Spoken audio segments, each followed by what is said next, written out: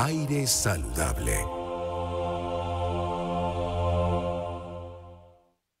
Son las 2:42 de la tarde y es un gusto darle la bienvenida a la doctora Wanda López, uróloga especializada en disfunciones de la micción, del acto también de orinar, cirugía reconstructiva del piso pélvico. Y vamos a conversar con ella sobre este tercer consenso venezolano de vejiga hiperactiva y sobre la importancia de que haya también un consenso sobre el diagnóstico y el tratamiento. Bienvenida, doctora López, gracias por atendernos. Muchísimas gracias, licenciada. Para mí es un gusto compartir con ustedes una vez más. Gracias a usted por atendernos. En primer lugar, ¿qué consideramos vejiga hiperactiva? Empecemos por allí.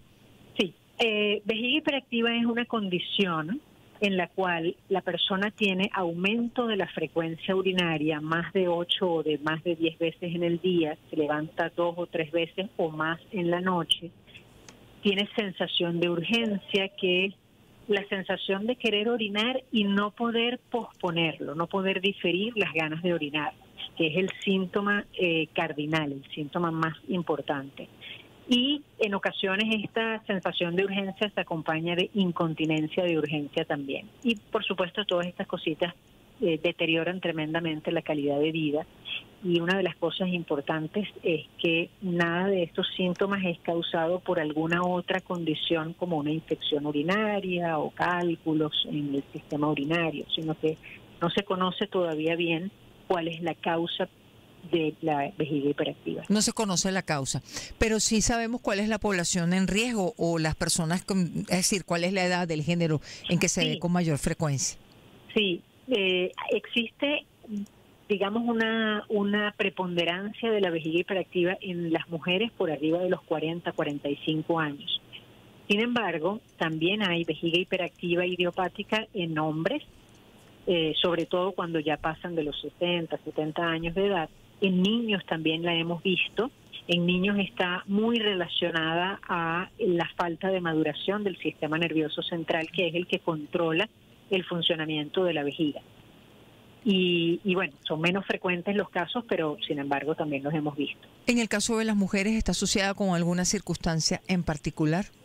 No, porque justamente el tema de la vejiga hiperactiva, digamos no neurogénica o idiopática como se le conocía anteriormente, es que no tiene una causa conocida, no es un factor, es una condición de la vejiga donde digamos que la vejiga asume un comportamiento que no es el normal.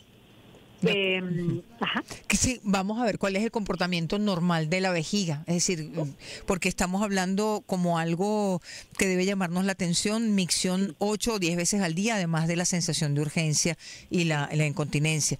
¿Qué es lo normal para nuestra vejiga? ¿Cuál es la vejiga que se comporta normalmente? La vejiga que se comporta normalmente es aquella en donde la persona tiene una frecuencia que varía entre 6 a 8 veces al día como máximo, y obviamente siempre dependiendo de lo que consumimos de líquido, ¿no? Hay muchísima gente que de pronto orina mucho más veces, pero también porque toma más líquido, ¿no? Ok. O sea, está relacionado uno con lo otro, una cosa con otra. Lo normal es que no nos levantamos en la noche para orinar, si acaso una o máximo 2 veces pudiera considerarse normal después de los 40 años, pero antes de esa edad normalmente nadie se levanta para ir a orinar. Y también tener urgencia. Doctora López, la estamos escuchando con dificultad, ¿nos escucha bien? Perdimos la comunicación, 2:46, perdimos la comunicación con la doctora Wanda López. Estamos conversando con ella sobre la vejiga hiperactiva, pero sobre todo a propósito del tercer consenso venezolano de vejiga hiperactiva, que es un acuerdo además entre sociedades científicas, una suerte de convenimiento en cuanto a unas pautas de tratamiento, pautas de diagnóstico. Doctora López, ¿nos escucha? Sí, perfectamente. Perfecto. Y ahora sí la escuchamos, que sí. perdimos la comunicación.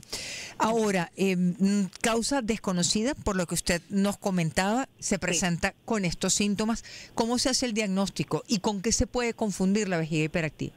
Perfecto. El diagnóstico solemos hacerlo basado en la clínica del paciente, que son estos síntomas claves que habíamos mencionado, y existen algunas encuestas o algunas preguntas que se le hacen a los pacientes para sensibilizar ese interrogatorio. Normalmente tenemos que descartar que haya, por ejemplo, infecciones urinarias o presencia de cálculos dentro de la vejiga que pueden dar síntomas muy parecidos. Por ejemplo, una mujer con una cistitis tiene aumento de la frecuencia urinaria, tiene sensación de urgencia, puede llegar a tener incontinencia por urgencia, pero no es una vejiga hiperactiva, ¿ok? Ok. Y en cuanto a otras estrategias de diagnóstico, bueno, hacemos lo que se llaman las evaluaciones urodinámicas, que son estudios funcionales de la vejiga para diagnosticar si la vejiga se está comportando normalmente o no. Ok, esta es la forma de hacer el diagnóstico, con esta evaluación urodinámica. Sí. Y nos hablaba también del descarte de cálculos que puede generar síntomas similares. Sí, y el descarte de infecciones urinarias. A ver, ¿en qué se diferenciaría la vejiga hiperactiva de una infección urinaria, por ejemplo, doctora López? Que en la vejiga, en los síntomas que hay por infección urinaria, hay primero un agente causal, una bacteria que está dentro del tracto urinario y que causa la sintomatología. En segundo lugar, que en una infección urinaria hay otros síntomas como por ejemplo el mal olor urinario, el ardor al momento de orinar, eventualmente puede haber sangre en la orina. Pero si retomamos, o sea, volvemos al tema de vejiga hiperactiva, es un poco un trastorno conductual de la vejiga. Ok, de causa desconocida, insistimos en este punto como usted lo compartía al comienzo, sí, doctora López, y al menos hasta el día de hoy. Ustedes llegaron, entendemos que además con obviamente el ponerse de acuerdo entre especialistas y sociedades científicas al consenso de vejiga hiperactiva. ¿Cuáles son los elementos de ese consenso? Bueno, en el consenso hicimos una revisión, actualizamos todo lo que es el conocimiento de saber cuál es la frecuencia con la que se presenta en la población general y en la población en Venezuela.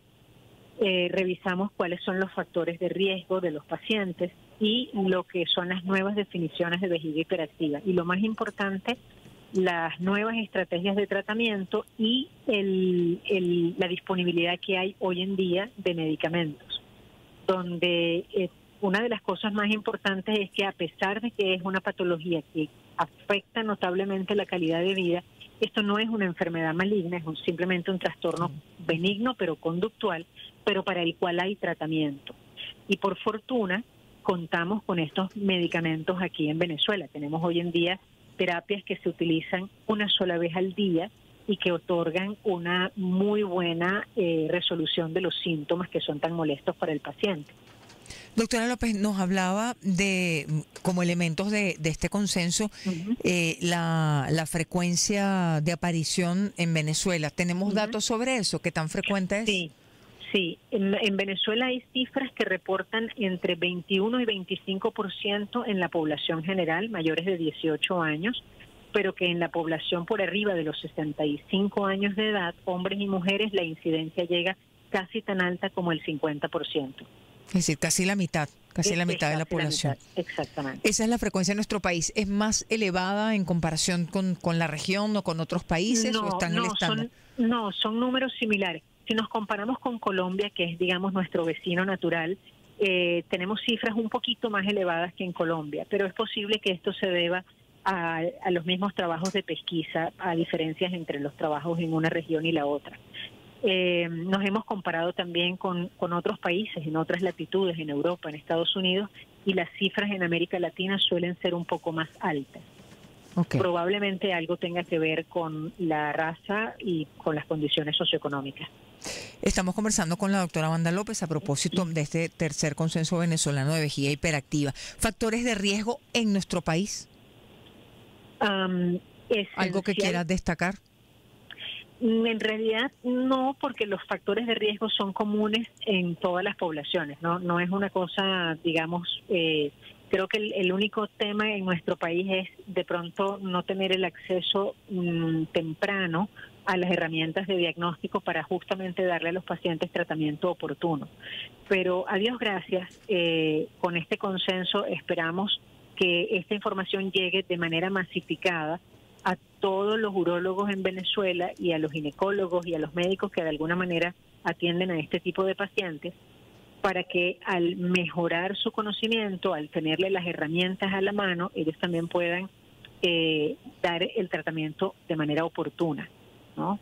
Y quiero también destacar que en este momento tenemos disponibilidades de alternativas de tratamiento muy buenas por vía oral, medicamentos que se pueden conseguir y que están a precios accesibles. Muy y importante. de esta manera, sí, porque normalmente estos medicamentos en otras épocas eran medicamentos traídos de afuera y con precios sumamente costosos. Hoy en día tenemos, bueno, hay una casa comercial que produce los medicamentos aquí y que además trae esta opción de tratamiento con la que podemos ayudar a los pacientes. Doctora López, cuando hablamos de tratamientos, ¿un tratamiento de por vida? A ver, en adultos usualmente es un tratamiento a largo plazo. Decimos a largo plazo porque sí, se considera que es como la hipertensión, como la diabetes, en donde el paciente va a necesitar medicamentos en forma permanente. En los niños, usualmente el tratamiento es más a corto plazo porque una vez que el niño madura y mejora su sistema neurológico, entonces ya ahí probablemente se controla y no necesita medicamentos. Pero igual en los niños siempre seguimos con una evolución o una evaluación una vez que el niño se convierte en adulto. El tratamiento, digamos, convencional es con medicamentos, pastillas, ¿sí? Sí, el tratamiento tiene 4 etapas. Tiene una etapa que es con lo que llamamos terapia conductual, que incluye ejercicios, modificaciones de hábitos, de ingesta, líquidos. Y en esa primera etapa también se incluyen los fármacos. Y dentro de los fármacos hay varias opciones de medicamentos. Una de ellas que podemos utilizar una sola vez al día en una toma muy cómoda, que ofrece alivio de los síntomas hasta en un 60-70%. Con un perfil de seguridad bastante bueno para los pacientes, que es la tolterodina. Era un medicamento que no es nuevo, se traía hace muchísimos años, pero después tuvimos una larga época en la que ni siquiera lo teníamos disponible en Venezuela. Claro. Y ahora recientemente, a Dios gracias, el laboratorio que ha patrocinado el consenso nuevamente lo está presentando. Luego hay una etapa, de tratamiento que es si los medicamentos fracasan, que puede ocurrir más o menos en un 25-30% de los casos, entonces hay alternativas de tratamiento no farmacológico, como por ejemplo la neuromodulación, que es un tratamiento con digamos, uso de corriente eléctrica, y el uso de toxina botulínica. Y en casos pero muy eventuales están las opciones de tratamiento quirúrgico, pero casi ya no necesitamos ir a cirugía porque los fármacos han mejorado tanto que tenemos alternativas para los pacientes menos invasivas y menos traumáticas. De acuerdo. Doctora López, ¿cuáles son las complicaciones de la vejiga hiperactiva? Si no se trata o si dejamos que avance. Sí, si el paciente no se trata o digamos el paciente no consulta, la primera complicación que tenemos es que los pacientes al levantarse en la noche, sobre todo las personas mayores, tienen un riesgo aumentado de caídas y de fracturas por estas caídas que son patológicas. Gravísimo. ¿No? Y está demostrado que también aumenta mucho la tasa de depresión, tanto en la gente mayor como en la gente de edad media. Porque, bueno, como lo mencioné al principio, pues deteriora profundamente la calidad de vida y la persona evita en oportunidades incluso salir, ir a reuniones sociales porque tienen temor de mojarse, utilizan ropas oscuras, se cohíben de tomar líquidos, están pendientes de dónde hay un baño y en el lugar donde van no hay baños, entonces prefieren no ir. Entonces, bueno, hay un aumento, hay una afectación en el hábito de la persona, en sus relaciones interpersonales. Y como lo dije, pues en ancianos hay un riesgo importante de caídas y de depresión. Hay un aislamiento social que también es importante, que a veces en Venezuela no hacemos cifras de eso, pero es importante conocerlo y las precauciones para evitar justamente eso. Doctora López, cerremos con esto. ¿Es posible hablar de prevención de la vejiga hiperactiva? Totalmente. Se puede hablar de prevención en la medida que vamos conociendo que existe la vejiga hiperactiva, que tenemos que descartar otras condiciones como infecciones urinarias, litiasis o cálculos en la vejiga o incluso cáncer, y que si estamos en presencia de vejiga hiperactiva, nosotros podemos, desde el punto de vista de una buena alimentación, una dieta sana, evitando irritantes vesicales como el café en exceso, como los refrescos, como los cítricos, los picantes, podemos evitar esos síntomas y tener una vida más o menos normal. Doctora López, muchísimas gracias por acompañarnos. Puntos de contacto, por favor, y si hay información disponible para los usuarios y usuarias sobre este consenso. Puntos de información, el consenso probablemente va a estar disponible a través de la página web de la Sociedad Venezolana de Urología. Mis redes sociales, doctora con la abreviatura TRA, Wanda López. Y estoy en el Hospital Universitario de Caracas y en el Instituto Médico La Floresta. Magnífico, muchísimas gracias por acompañarnos, doctora López. Feliz tarde. Igualmente a usted. Gracias. 2:57.